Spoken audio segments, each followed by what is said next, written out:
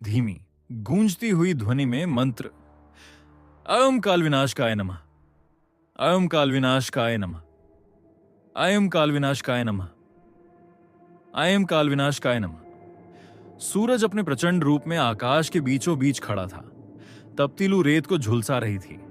धरती पर जीवन जैसे थम गया था। कोई चहलकदमी नहीं, कोई आहट नहीं। पर इस निस्पंद सन्नाटे के बीच एक चट्टान पर एक व्यक्ति बैठा था, कमर सीधी, आंखें मूंदे, हाथ ध्यान मुद्रा में।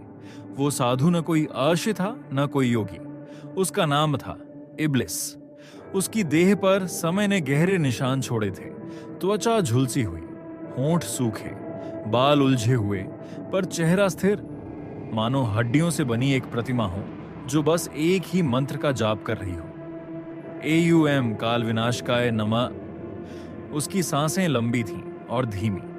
दिन रात के चक्र में उसका कोई हिस्सा नहीं था।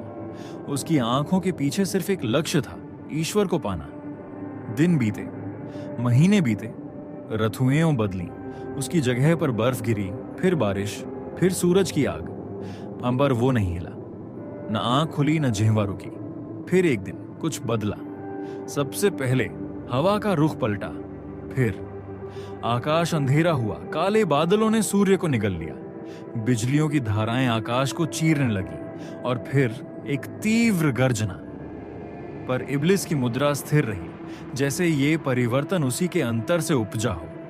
अचानक एक अत्यंत प्रचंड बिजली उसके सामने आकर गिरी। जमीन कांप उठी और आसपास की चट्टानें दरक गईं। उसके शरीर के चारों ओर एक तेज कंपन फैल गया और तभी एक आवाज गूंजी। वो कोई साधारण आवाज नहीं थी। वो अंतरिक्ष से आई प्रतीत होती थी, परंतु सीधे इब्लिस के अंतर में गूंजी। इब्लिस, ये आवाज नहीं, एक आदेश थी, एक पुकार जिसे अनसुना नहीं किया जा सकता। इब्लिस की पलकों में हरकत हुई। धीरे धीरे, बहुत धीरे उसने आंखें खोली। वो आंखें जो वर्षों से बंद थीं। उनमें समय की थकान थी, तप की राख थी, पर भीतर कहीं एक अद्भुत तेज था, जैसे अंतर में अभी भी कोई अग्नि जल रही हो। उसके सामने एक चकाचौंध करती रोशनी प्रकट हुई। वो प्रकाश इतना तीव्र था कि आंखें झुलस जाएं, पर इब्लिस की आंखें टिकी रहीं उस रोशनी पर। उसके नेत्रों में भय नहीं, जिज्ञासा थी। फिर वही आवाज दोबारा गूंजी, इस बार और अधिक गहराई से। इब्लिस, तुमने मुझे प्रसन्न किया है, बताओ क्या चाहिए तुम्हें? उस आवाज में करुणा थी मगर शक्ति भी। इब्लिस के होंठों पर एक थकी हुई पर रहस्यमयी मुस्कान फैली।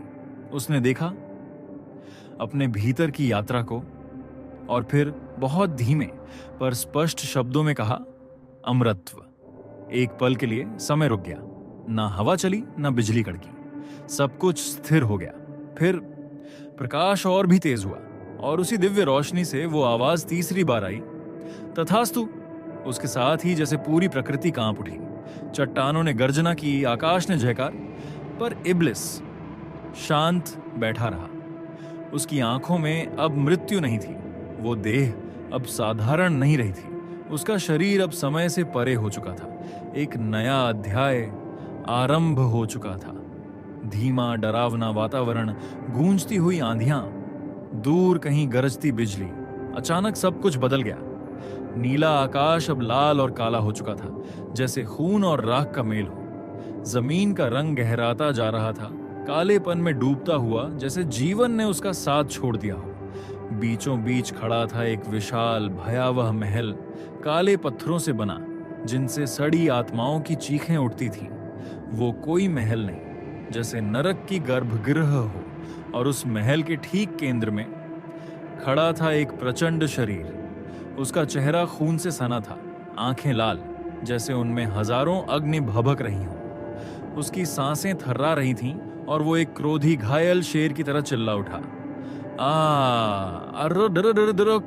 होश।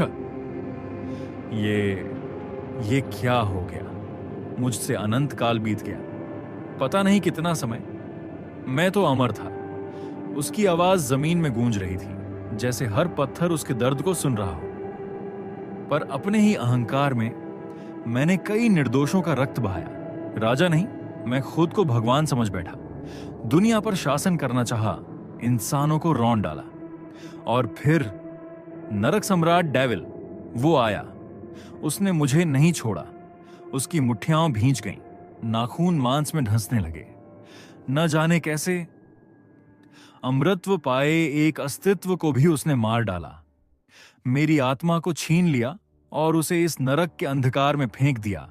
हजारों वर्षों से मैं यहां हूं, पापियों को सजा देता रहा। हर चीख, हर गिड़गिड़ाहट मेरे कानों में जहर की तरह घुलती रही। मुझे नहीं चाहिए ये जीवन, नहीं चाहिए ये काल कोठरी, नहीं बनना मुझे यम। वो जोर से चीखा, एक ऐसी चीख जो पूरे नरक को कंपा गई। मुझे बाहर जाना है, मुझे फिर से खुद को पाना है, खुदा नहीं। अब मैं इंसान भी नहीं, अब मैं हूं इब्लिस।